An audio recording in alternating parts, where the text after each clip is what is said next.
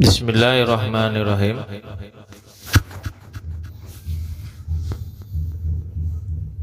Tiga penyebab pahala puasa gugur.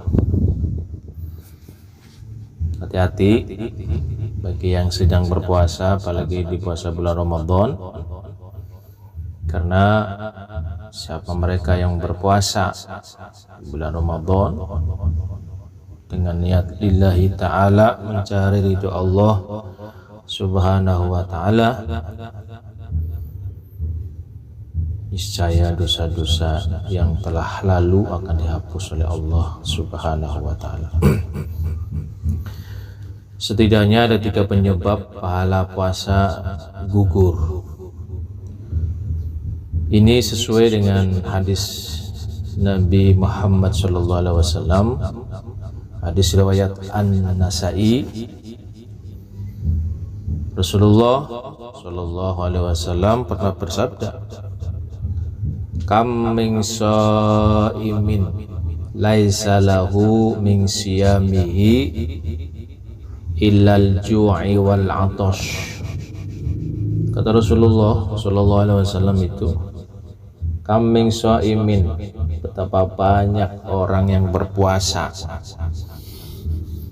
menahan haus, lapar dari pagi sampai sore.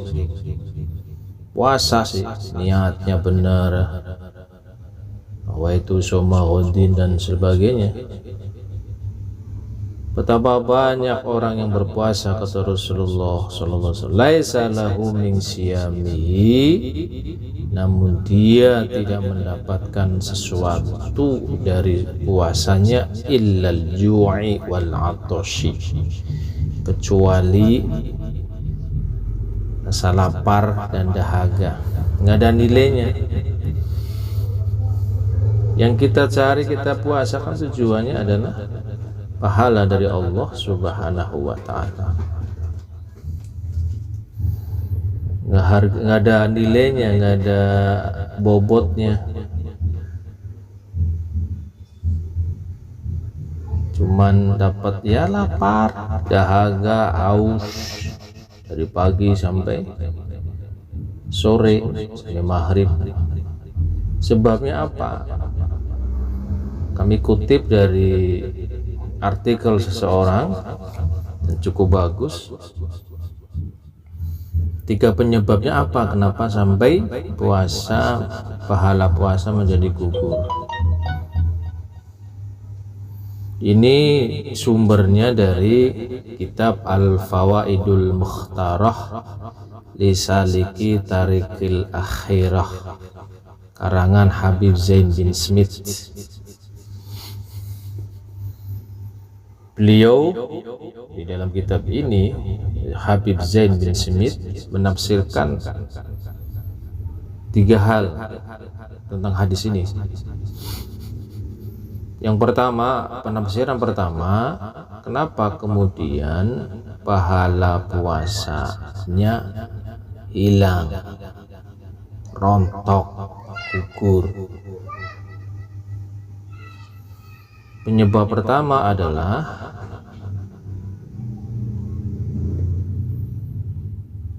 di dalam hadis Rasulullah SAW, hadis riwayat Ad-Dailami, khamsu yuftiruna shaima, khamsu yuftirunal shaima, shaimu, shaima. Kata Rasulullah SAW, 5 hal yang bisa membatalkan pahala orang berpuasa. Apa yang pertama? Yang pertama al-ghibah, membicarakan keburukan, kejelekan orang lain, apalagi kemudian disebarluaskan keburukannya itu. ghibah, membicarakan aib orang lain. Dia lagi puasa, keburukan orang itu didiskusikan. Hati-hati, ini bisa menggugurkan pahala puasa. Yang kedua, kata Rasulullah, wan namimah, orang yang suka mengadu domba biar tidak pada akhur, biar pada saling benci membenci. Jadi domba itu biar terjadi huru-hara. Jahat sekali itu orang begitu, mengadu domba. Si A diadu dengan B, B diadu dengan A. Si A dipanas-panasin, si B dikompor-komporin. Mengadu domba agar terjadi saling benci membenci, cakar mencakar. Yang ketiga, kata Rasulullah SAW, wal kazibu. Apa itu? Berbohong, berdusta. Lagi dagang, puasa, dia lagi puasa, dagang. Ada orang nawar, ngomonglah dia, Bu, tadi aja ada yang nawar lebih mahal dari ibu, padahal nggak ada. Ini pahala puasanya itu bisa hilang, gugur. Berbohong, membohongi orang, mendustai orang, menipu orang. Wan nazru bisyahwati, memandang dengan syahwat, hawa nafsu, keinginan. Hati-hati. Wan nazru bisyahwati ini cenderung kepada memandang perempuan dengan syahwatnya, dengan syahwat. Jadi bisa ini mengurangi pahala. Ini kata Rasulullah SAW dalam hadis riwayat Ad-Dailami. Kemudian yang terakhir kata Rasulullah, wal yaminul kazibatu, sumpah palsu, bersumpah demi kebohongan. Biar mau loloskan masalah, bersumpahlah dia, sumpah bohong. Ini yang di penafsiran pertama oleh Habib Zain bin Smith. Penafsiran kedua dengan hadis tadi adalah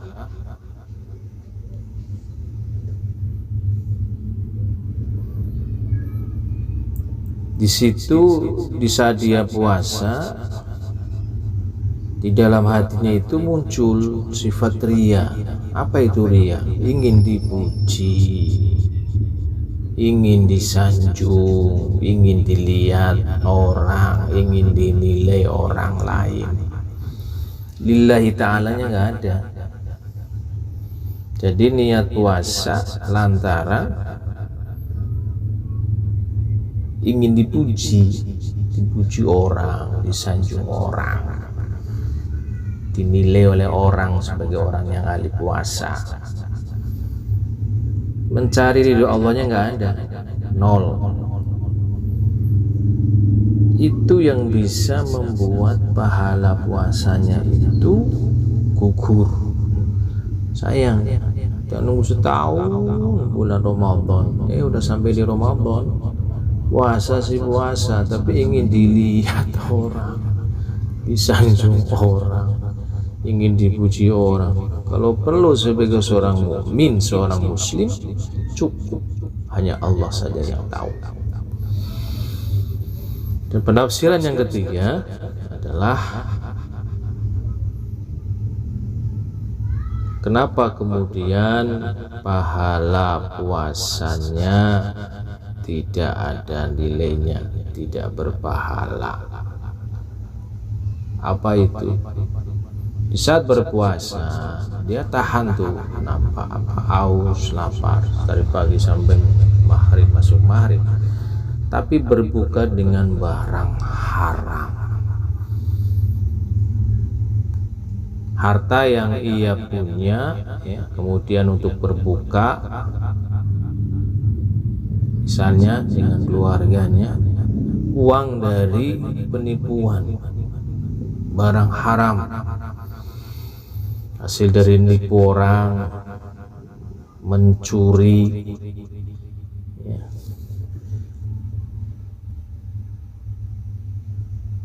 Ini bisa menggugurkan pahala puasa seseorang. Hati-hati, makanya harus kontrol benar harta yang kita miliki, ada nggak unsur menipu orang, merugikan orang lain, mendapatkannya menzalimi orang lain. Kalau ada, tinggalkan. Percuma kalau berbuka puasa dengan barang haram, malah justru pahala puasa nol. Di dalam kitab Al-Fawaidul Mukhtarah li Saliki Tariqil Akhirah halaman 587, ini saya kutip dari seorang aja, bahwa pengaruh haram, barang haram itu luar biasa. Kata beliau ini, hati-hati makanan yang masuk ke dalam perut seseorang dari barang yang haram. Kata beliau nih, Habib Zain bin Smith, akan memunculkan rasa berat ibadah. Ibadah berat sekali kayaknya, kayak ada beban di punggungnya, berat. Kedua, kata beliau, pengaruh barang haram, makanan haram yang masuk ke dalam perut kita akan memunculkan sifat malas ibadah. Saya pesan 3 hal ini, mungkin mudah-mudahan kita tidak ada di 3 hal ini, sehingga puasa kita mudah-mudahan diberikan pahala oleh Allah Subhanahu wa ta'ala. Jangan sia-siakan. Siapapun mereka yang puasanya diterima oleh Allah Subhanahu wa ta'ala, diberi pahala oleh Allah, insya Allah semua dosa-dosa yang lalu yang telah kita perbuat, yang telah kita kerjakan, akan dihapus oleh Allah Subhanahu wa ta'ala. Subhanakallahumma wa bihamdika, asyhadu an la ilaha illa anta, astaghfiruka wa atubu ilaih.